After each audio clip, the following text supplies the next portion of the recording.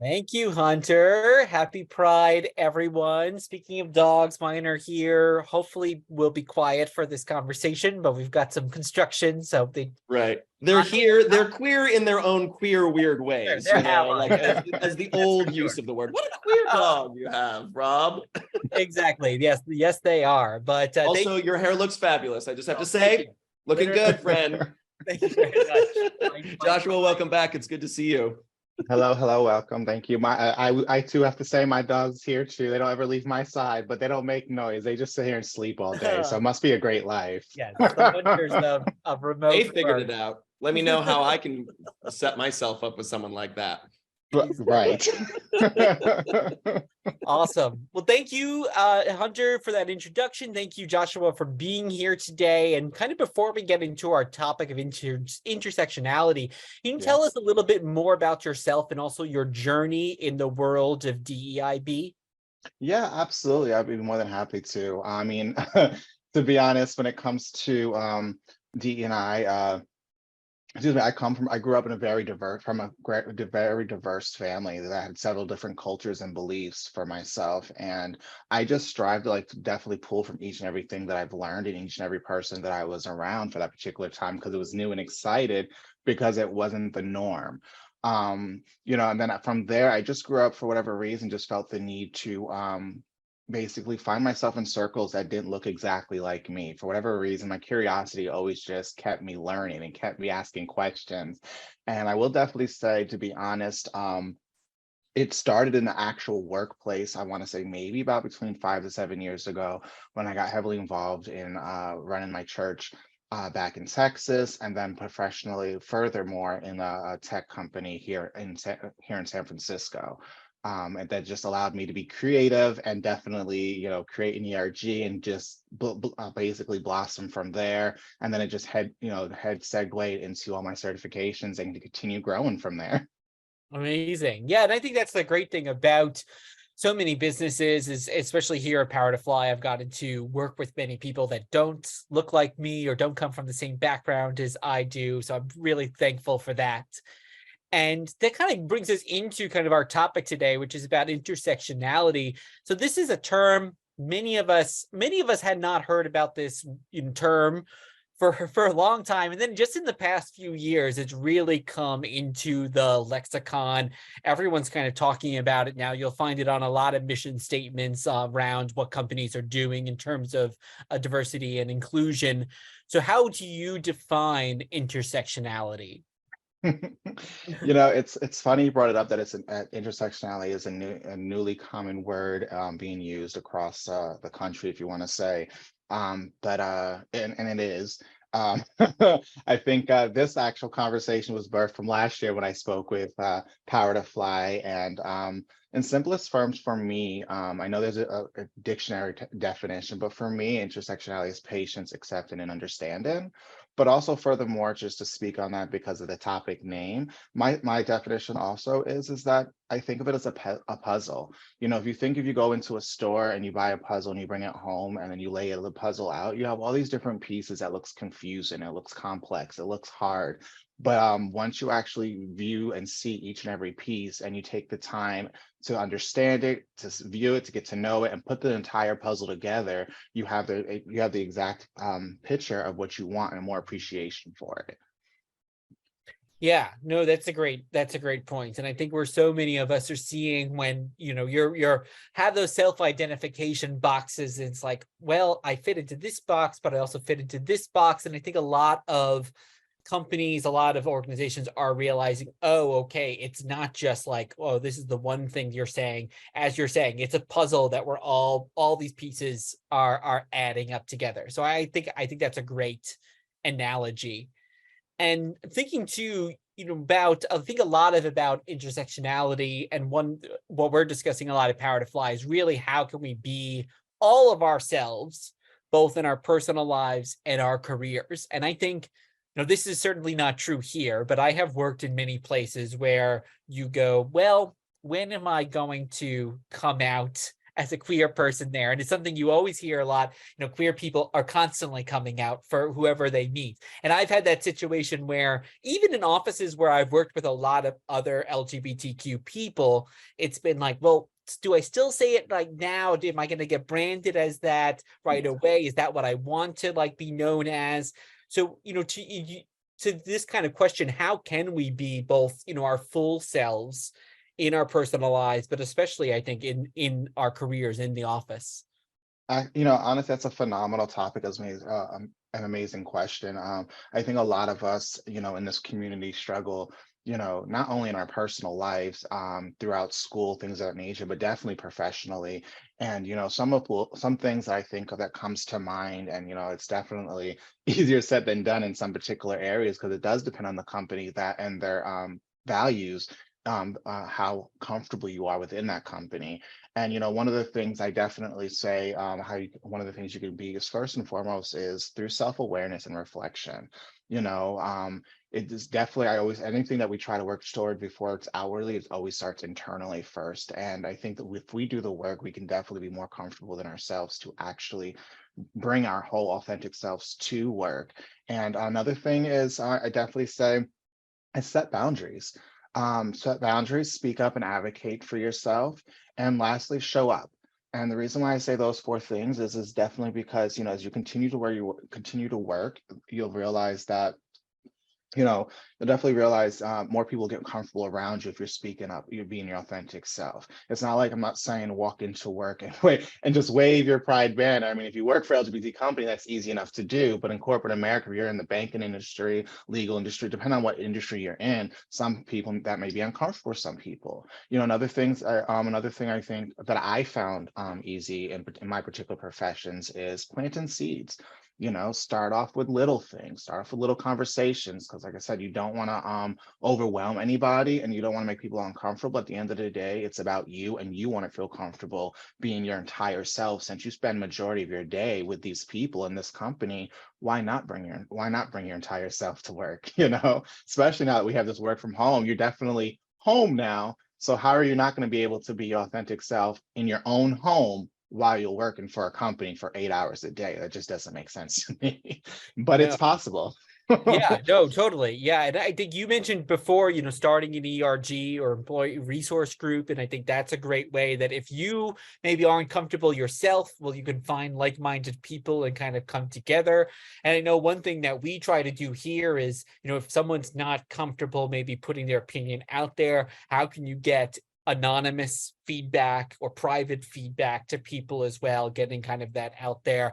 So I think there are so many different ways. And again, kind of another word that we hear a lot in Pride Month is acceptance. And I'm just thinking, should a friend or a spouse, have to accept every bit of you? We're made up of all these different puzzle pieces, as you said. So, sometimes it's easy to accept one of those puzzle pieces, but not the other one. So where does that kind of acceptance come in? Yeah, absolutely. And relationship, any type of relationships can be complicated. I mean, and I guess the short answer is no, they don't have to. But honestly, if they're choosing to be in your life and they're choosing to want to know who you are, they should want to learn. They should want to understand. They should definitely, you know, appeal to do what they can possibly kind of be patient and understanding to know who all of you. Because if you're not willing to know all of the person you're with, whether it is professionally, friendship, relationally, whatever that may be, it's almost like asking then why is this person in my life if they don't know all of me? And I'm not saying like strip down and tell them the nitty gritty of everything, but what I'm saying is like, hey, yeah, this is a part of me, this is like a belief, this is where I'm from, this is my background, things of that nature. Though some things are simpler than other, but it just goes back to what I said earlier, is like planting seeds also can help as well to really determine where these people fit in your life. Of course, a friendship is definitely different than an actual, intimate relationship. But at the end of the day, I look at it, relationships are relationships, and people should strive to know who you are. And you should strive to want them to know who you are so that you can be comfortable. You're on mute. What I think is interesting too about that is that while of course there's some things, race, ethnicity, that we are maybe born into. There's other things that we are growing and evolving. Those puzzle pieces might change, over time. So it is a constant conversation. We're not just come out this one way and that's who we're going to be for all Right, time. absolutely. Things change and evolve.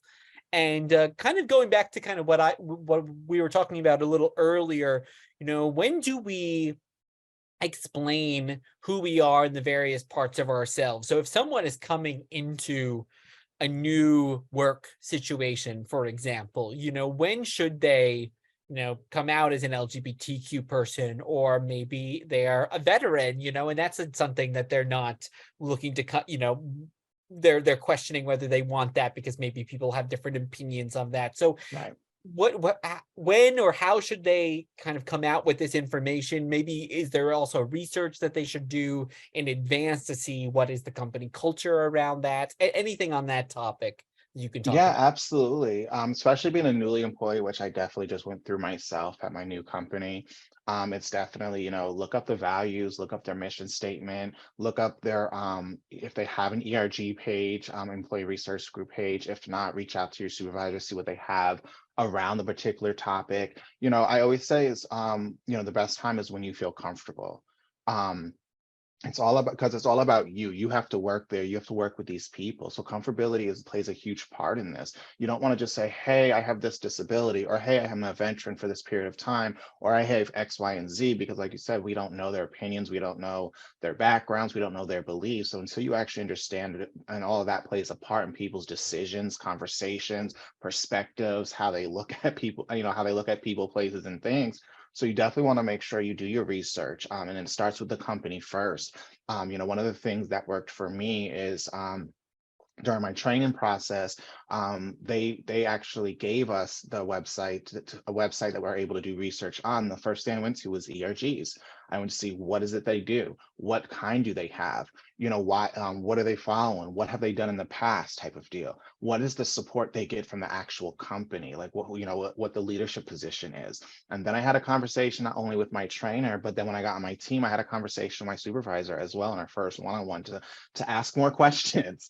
And they happily obliged to give me all my answers and resources. So definitely, and then if you're in training as a newly employee, build your support team in your training class. It's something else that worked for me, is I built my training support in a work class to say, hey, X, Y, and Z. And as I was planting seeds and getting to know these people, I just started divulging more and more information, but that was my scenario, and my journey. That may not be someone else's, but also this, at the age I am now, I wave my banner wherever I go. So, and again, that may not be easy for anybody. I mean, I'm told, hey, I was told, hey, I came out this way. So, waving a banner. So I continue to wave it, but I, definitely encourage the research and definitely build support, because I think support in this particular, being around intersectionality and getting a better understanding and acceptance and comfortability, the support system is the best thing, especially within a company.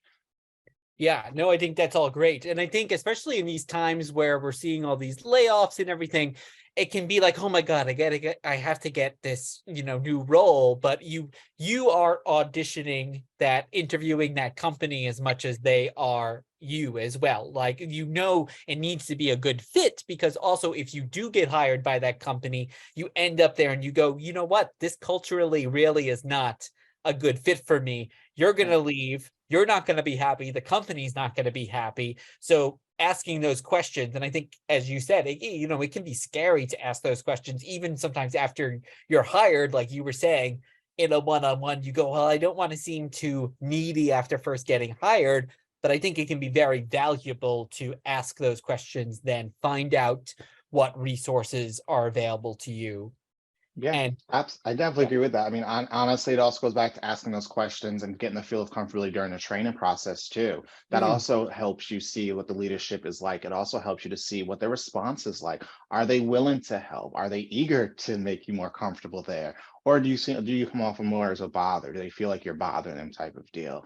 And I was fortunate enough to not have that experience. I'm fortunate enough they actually were willing enough to help and give me the information I needed, because you're right, in the first week or so, or even, when you first start, you don't want to be afraid to be like, oh, I might get fired. I might not, might have a job because I'm being too curious or I'm being too quote unquote needy, as a society would say. And I think that's another thing that plays into intersectionality is society perspectives and thoughts that we really take on sometimes. Hmm. No, very, very true. And thinking about, what can businesses do to help team members be their authentic selves at work? You mentioned ERGs, that's certainly something, but you've also talked a little bit about, one of the trouble is you can have all these great resources, but if you also don't have executive buy-in, there's only so far you can go. So can you talk a little bit more about what businesses can do to help their teams really be their authentic selves at work? Absolutely. I was waiting for this one, to be honest with you. But absolutely. Besides, ERGs is only one step. And I'm gonna be completely honest with you. Some companies only have an ERG to check a box. And that's just what that is, honestly. They have an ERG, they have the particular separate ones, and they have people going into it. And that feels great. And it may be great for those particular people. But true companies that really want to affect change and make employees feel comfortable, they will not only have buy-in from somebody from their C-suite or higher management, they'll also consistently reach out to their employees to make sure that their voices are heard. So the ERG is definitely one way to go, but what are you doing within that, and how is the employees being heard within that resource group? Another one is ongoing training. If employee bring, and it goes back to once again the employee's voice and employee being heard, if you're hearing your employees and if they're asking for particular things, develop a training around it or bring somebody in to speak on the topic. One of the things, it's like inclusive language, especially now more than ever. It's a highly motivated training that is definitely needed in this day and age. And a lot of companies don't offer it. They'll give like a 30-second, maybe a 5 to 10 minute video on it and say, there's your training. But because times are changing, I think between training, ERGs, fire chats, being able to fire chat with your manager or higher up to say, hey, these are my concerns, these are my suggestions and feedback, and not only actually hear them, but do something about it in means, of course, of within the company. I'm not saying, get drastic and just follow it off, but hey, within the meantime, let the employees speak to the higher ups, let them be heard, like to supervisors, managers, presidents. Again, all depends on the company. I also believe it also starts if there are smaller teams, because that's the greater company, but within smaller teams, if you're a supervisor or a manager managing like a team of 15, 20 people, I definitely say it starts with the one-on-ones as well. Definitely you have to monitor and coach these and mentor these individuals that are on your teams. Make it a little bit more personable, make it more engaging, get to know the person from a personal level and not just from a business and a number level, because we are people that are not even sacrificing, but dedicating our time and skills to make this company better. We expect you to invest in us as well. Yeah, no, these are all really great points. And I think sometimes the hardest thing, we talk about this a lot of Power to Fly, is to give feedback up.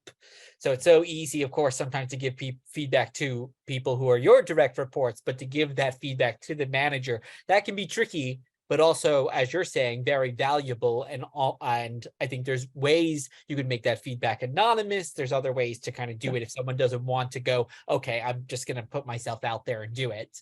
And we had a question coming in from the chat about, what is ERGs? And just, so that's employee resource group. And sometimes you'll see other terminology. So a business resource group, or so a BRG, and other, I'm sure there's many other ones, right, Joshua, that people are. Yeah, sometimes they'll say committee. When my previous company, we started as just a committee and worked our way up to an ERG. So it really just depends on the company and what they're willing to do and how big they're willing to make it. But yeah, there's definitely plenty of different names out there. But if you just Google employee resource group, you'll definitely come up with probably lots of names, or any type of supportive groups in a search. You'll definitely come up with a lot of those particular names or supports. And these groups can put together programming, they can take in feedback and escalate that to higher ups. They can be just sounding boards sometimes if you just need to complain about something. And I think that's something that's really true that you need to look at when you're creating this is we have a series here at Power to Fly called Pride All Year Long, where we're doing Pride talks with LGBTQ leaders, not just in June, but all throughout the year. And I think you're looking at kind of what you're saying with the box checking, Joshua. Is your Pride ERG just doing events in June? why not all year round? Is your Black ERG just doing events in February? Again, why not Why like not all that? really Yeah. investing in all year? And kind of thinking about the intersectionality. If someone falls into all these different boxes, they're a queer person, but they're also disabled, for example, should they be joining all these different groups, and how can those groups work together in that way? Because I know that's sometimes hard. Everyone's kind of doing their own lane. Yeah, absolutely. That's a phenomenal question. I mean, in my previous company, it was just literally one committee that actually catered to a lot of the needs. We catered to the BIPOC, we cater to the LGBTQ, disabled, veterans, like mental health. Like we just wanted to do everything because of that very question right there. We didn't want to exclude anybody. So by creating these other individual groups, I mean, honestly, the best thing I can suggest for any company out there that has several different ERGs catering to different communities is definitely make sure that those ERG leaders are meeting at least once a month, once or twice a month, to basically share notes and figure out what they can do to collaborate more often. Because like you said, it is really hard for people such as myself that falls into a lot of these different communities. And it's like, well, where is it that I stand my point? Which group do I actually be a part of? How do I get my voice here across the board? And the best thing would be is definitely have a meeting on the calendar like I said, once a month, because again, we don't want to bombard you with meetings because that's counterproductive, but we do want to make sure that we're touching and agreeing on a lot of these ideas and a lot of these collaborations. See like, hey, do we want to send a newsletter out, or do we want to do an event to really for all of us to take part of? Like, how do we get the company more engaged beyond a newsletter, beyond an email? Like, how do we actually make it more intimate? How do we make it more personalized? And I believe collaboration is the best part with that factor. And speaking of collaboration, how do you balance including, and you said you don't want to exclude anyone, how do you balance having allies be a part of the conversation without overtaking the conversation? Because we want to make sure, if we're using LGBT group as an example, we want to make sure we have straight allies in the room to hear, who can also affect change, but at the same time, we want to make sure that the queer voice in the room is the voice in the room. So how do you balance having those two working together? That's honestly another phenomenal question. And without even realizing it, sometimes it just starts with conversation. And sometimes, if they're in the room, it's more or less we're not excluding them, but their voices matter too.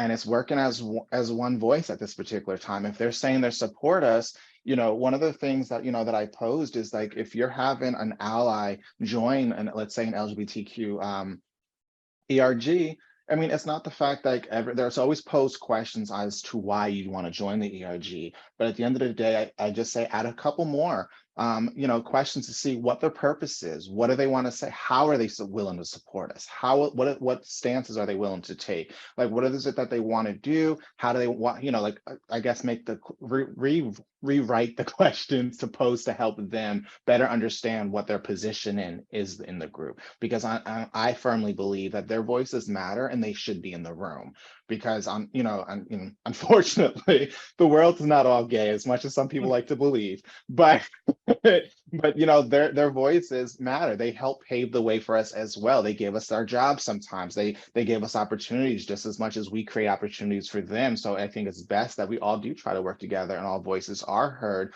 but to a point where they're not overpowering their voice in the room. And that's just like any other ERG that you want to step into. You want to make sure that that particular ERG you're stepping into, those voices are heard, because it's important to bring awareness to their cause at that particular time.